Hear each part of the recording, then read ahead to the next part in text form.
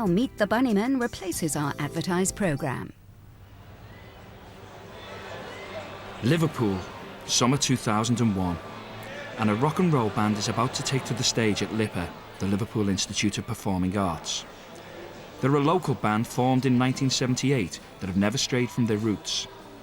It's said they could have been the biggest band in the world, but maybe being the biggest band in the world just wouldn't have been cool. We were looking for a place where we never played in Liverpool, and that feels right that we're doing this. And it's a night out, you know. Kind of drop of seats with sponge in them. You know, it's good. It's got a little bit of class about it.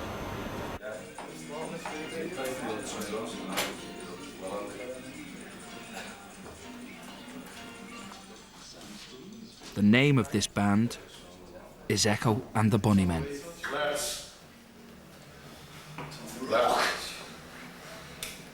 Sweet. Tommy? Yeah. It's got to be done.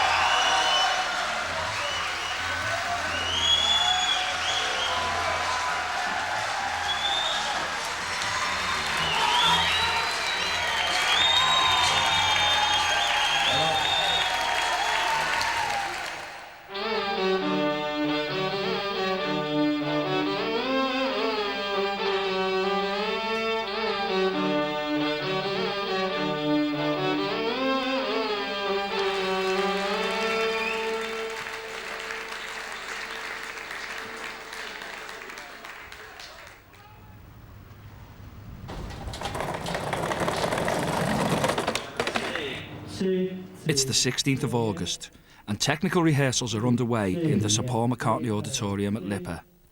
The Institute is based at McCartney's old school, the Liverpool High School for Boys. It was reopened as LIPA in 1996 as a university for the arts and the entertainment industry. Echo and the Bunnymen are the first major band to use the so-called Paul McCartney Fame School for a rock concert. We're here to record a live album and we wanted to do something special in Liverpool.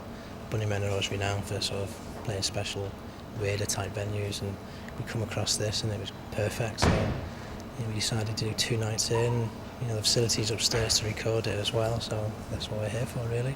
I'm not sure it's built for rock and roll. It's a converted school hall, and it's a historic building. But for this particular event, I think the Bunnymen they were familiar with the venue. They wanted something with a sense of theatre.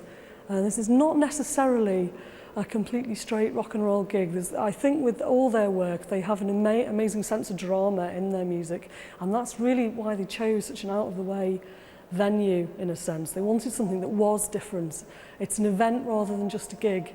Paul McCartney gets a lot of jip for doing a lot of good things, he's a cool bloke, and he was into a lot of the experimental side of the Beatles well before, anyone. He was there, he's a dude. And the fact that it's the Paul McCartney Auditorium, it's cool by me, It's just a dead groovy place.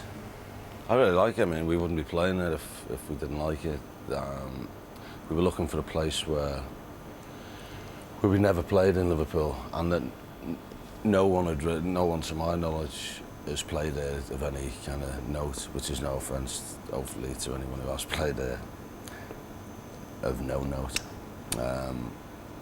It just seemed like a good place, and also it's got recording studios that we can just, I think there's tie lines that can run straight up to the studios, because we're going to do a live album from it. We're making a DVD, you're filming us. It seems to be a good little place to do. Echo and the Bunnymen formed in 1978 from the ashes of a group called the Crucial Three. Members of the Crucial Three would shape the Liverpool sound that dominated the British rock scene in the early 80s and beyond. The group featured Julian Cope, later of the Teardrop Explodes, Pete Wiley, later of the Mighty War, and Ian McCulloch. There was the Bunnymen, there was Wiley and the Icicle Works and all them. I don't know, but there was a sort of thing going on, wasn't there? But I was just a bit too young for it. They were a bit older than us, and we were kind of on the coattails, if anything, of that. I think we were kind of making our own scene, which was more it might have been a bit more retro really than that lot like. But I remember McCulloch, like tall fella, long coat, hair like a peacock, you know. The Bunnymen, McCulloch, along with guitarist Will Sargent, bass player Les Pattinson, and a drum machine called Echo, were quick to grab the attention of the music press, and the band made their first ever TV appearance just months after forming. So good night. Sleep tight. Whee!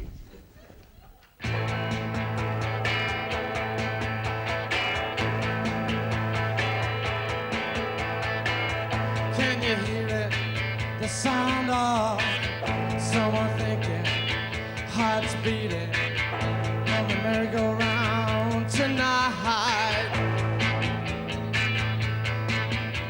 The pictures on the wall. When I was 13, I didn't know David Bowie got paid for doing it. And I just wanted to do it, you know, I didn't realise that you got money. I just thought people came, clapped and sodded off, and then you lived in a spaceship, you know, on another planet, and that was enough for me. So that kind of career, that word's such a crap word, and, you know, that's no offence, but it's what kind of people with jobs do, you know. I know Mac did, he always says this, like, you know, he wanted to be a singer from when he was 13 and he had Ziggy Starman on Top of the Pops or something. And it's like, it wasn't really like that with me. I was always into music, you know, even before then. And it was like, I suppose it was a dream that you know, I still can't sort of believe that I'm actually doing it half the time. At first we were like all reluctant to, you know, leave our jobs because it was pretty unsure, but from that point it was all, you know, upward journey type thing, you know, and we didn't look back. You said people rolled on carpet, but I never thought they'd do those things. A record deal came next, along with a human drummer, the distinctly unscoused Pete de Freitas. By the end of '79, the classic Bunnymen lineup was in place. After that came press adulation, elevation to the position of Britain's hippest band, and travels to strange countries and even stranger venues. As I was joining the Lars and the Lars were coming through, I suppose the Bunnymen were the biggest thing ahead of us. Like, you know, they were the ones you wanted to kind of eclipse, or at least get on, not eclipse, but you wanted to, you know, they were the ones to aim for, let's, you know. Everybody else seemed to be searching for the commercial single, maybe, that would get the deal, that would get the album, that would get the world fame. McCulloch, you were kind of got that feeling that it didn't really matter whether the rest of the world stepped in line with what he was doing. He was going to do it anyway. All of the Liverpool bands put a lot of personality into the work, into the way they put it across, much more than the Manchester bands. And they're always fun for that. And the Bunnymen did that, but then beyond that, they had a depth beyond that. His lyrics are very funny, very good. He presented himself, he was daft, but something a bit better, yeah. Ian McCulloch went solo. The band soldiered on with a replacement singer. Then, all the Bunnymen, past and present, had to deal with the tragic death of drummer Pete de Freitas in a motorbike crash. Surely, that was the end of Echo and the Bunnymen. But McCulloch and guitarist Will came back together again as Electrifiction, before the three original members reformed as Echo and the Bunnymen. Then Les Pattinson left. Les has never picked up a bass guitar since quitting the band. He's now a tree surgeon in Southport. I feel a bit old, and I've been out of it too long, you know. It's just, I think it's really weird. I think I've totally turned around. I used to be totally optimistic, you know, and like with the band and everything, and like, you know, everything's gonna happen, you know, stuff like that. Now I don't think I've become pessimistic, but I just become like a realist, you know what I mean? I just think it's time to get a proper job and a proper income that's steady, you know, instead of hoping your next song is like winning the lottery, you know what I mean? I mean, it's a nice dream to have, but I think that's the way I am now. I still consider it, you know, my band. I mean, it's weird, you know, I know Will and Mac quite well, and they're still running it, and it is a bit weird talking to them about it, but I still feel like like a member, you know. 23 years of fallouts and foul-ups, but now, even though they've never really been away, the Bunnymen have come home.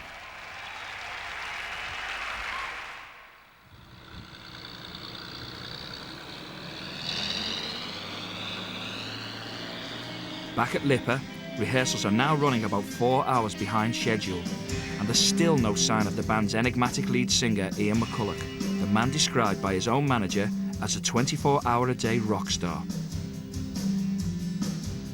Then, as if by magic, Mac appears.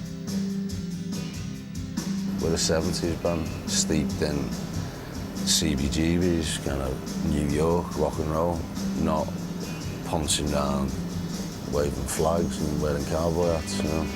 You're well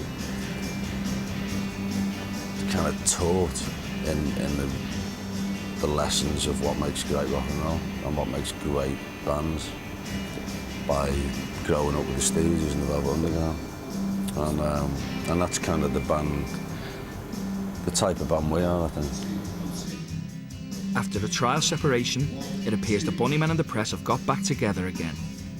With good reviews for their latest album and a box set of 20 years worth of recordings available, the plan with the gigs is to remind people that Echo and the Bunnymen are back.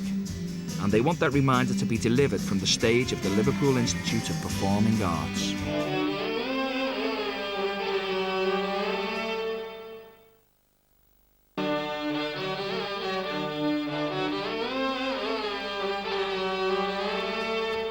Bunnymen fans are nothing if not organised. Via the internet, they've arranged to meet at the famous Liverpool pub, The Crack. John Lennon used to drink there. Well, he nipped in for a cheeky half once.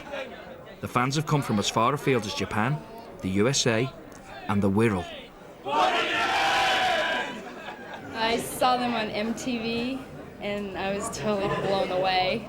I never saw anything like it before in my life. It's the best comparison that Liverpool's got to the Beatles now, is the Bunnymen in Liverpool. Telling you. It's the third time coming over here this year. My boss is very angry. I might be fired.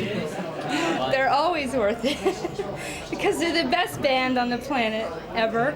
The Killing Moon, which is like awesome, but Ocean Rain, it'll bring growing men to tears. I tell you. Back at LIPA, the auditorium is ready. The Bunny fans who've managed to find their way out of the Crack are arriving. And backstage, the nerves are kicking in for the band. Playing your hometown is always kind of... It's not tough, because it's always great, but the day, the build-up to it, I get nervous more in the sound check than the actual gig. Usually at Liverpool gigs, but when we go on stage, all the nerves have gone. Then it's showtime, and the toughest test of all. A Liverpool band with a lot to prove in front of a hometown Liverpool audience. You've got to grab their attention, so you throw in a few sort of rockers at the front, and then you can kind of drift down a bit and get a bit sort of into the kind of more atmospheric things. And then you need to end on a big, so it's sort of, it's a building thing, It starts off kind of up here, and it goes a bit like that, and then it goes right up here. And that's the idea, like, really. And then the encores, you come on and you sort of start off kind of up here again, go a bit like that, and then a bit like that.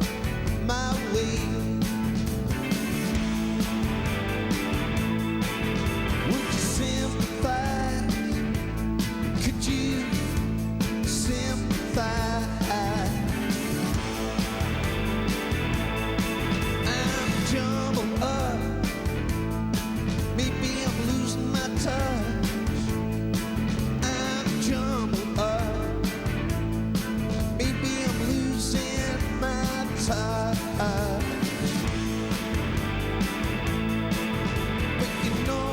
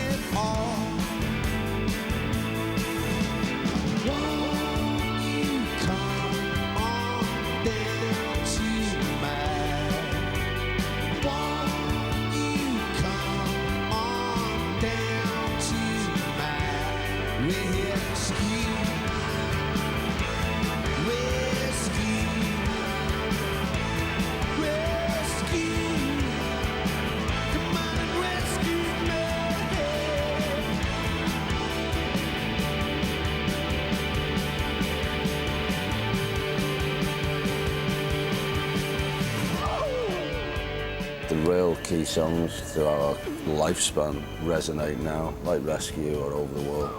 Cutter, Killer Moon, you know, it's like they could have been written in 20 years' time, and that was what we always set out to do. I forget just what I meant. Broke my neck, last street spare. It was my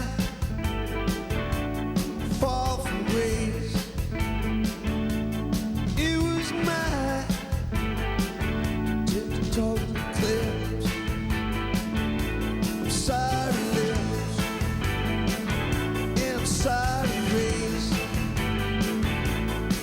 It's just the blues I'm singing. It's just the blues I'm singing. It's just the blues I'm singing. It's just the blues I'm singing.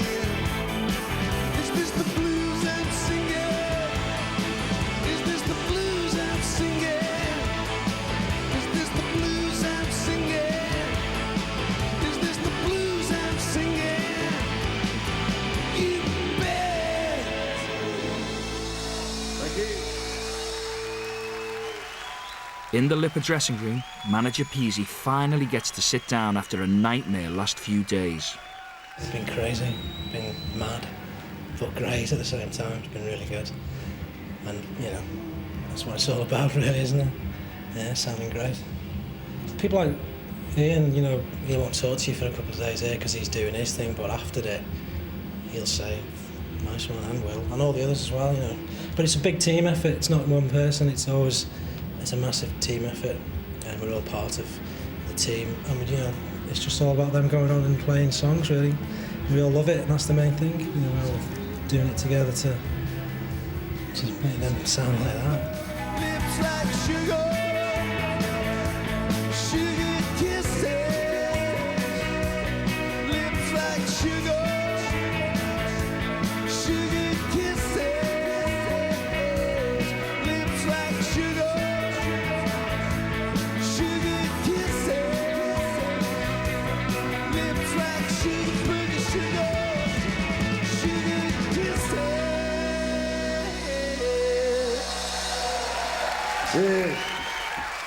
It's been great. It's been a really good crowd. I think people are quite taken aback by the building. If they haven't been here before, it's a bit like, whoa, this is quite a venue.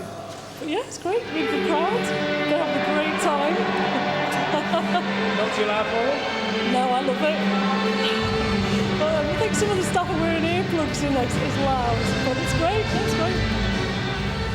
It's gone so well, there's not even, from, you know, the 2 days he's been here, there hasn't been, an upset whatsoever.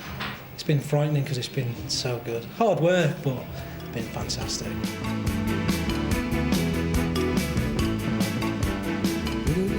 Never stop. Never stop. Never stop. All you got to do is look back, or every decision we made was to avoid kind of become a Cuban ill div, you know. And I'd love to have 10 million quid in the bank, but I'd sooner have done it the way we did it than for all the money and tea in China, you know. Maybe we couldn't do it. We could have done, but it would have been fake, and that's the hardest thing in the world, you know.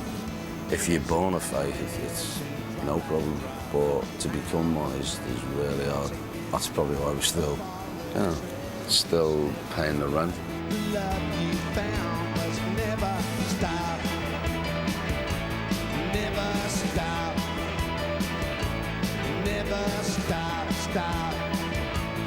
Never stop, stop. Never stop, stop, stop. Never stop, stop, stop. Never stop, stop, stop. Never stop. I thought it was a great little cool place to play. And I thought the gig was good, like, you know. I mean, Will's got some good riffs coming out, like... And you've got McCulloch, like, you know, like keeping the ciggies up. You know, crooning here, there and everywhere, like. They're always worth watching because there's something charismatic about Mac. It's, you know, as simple as that. The legacy would be big hair, cool music, and a survivor from that era of music that generated so many other talents that fell by the wayside. The gig is done, the fans are happy, the Bunnymen appear to have pulled it off, and the Sir Paul McCartney Auditorium survived its first real encounter with rock and roll, with only a few scratches to show for it. So, what's next for Echo and the Bunnymen, and the Liverpool music scene they were instrumental in kick-starting into life? Scenes don't live in a building. If you want to find a scene in Liverpool, you've got to live here for 10 years, and then you become part of it, and it's an intangible thing. It's up there on the LIPA buildings, you know, and it's on the ferry, and it's at Anfield and Goodison. That's where the scene is. It doesn't live in an house. So I want more than I can get. Just trying to forget. Nothing ever lasts forever. Nothing ever lasts forever. Nothing ever lasts forever. Nothing ever lasts forever. Hey, chill, camera off.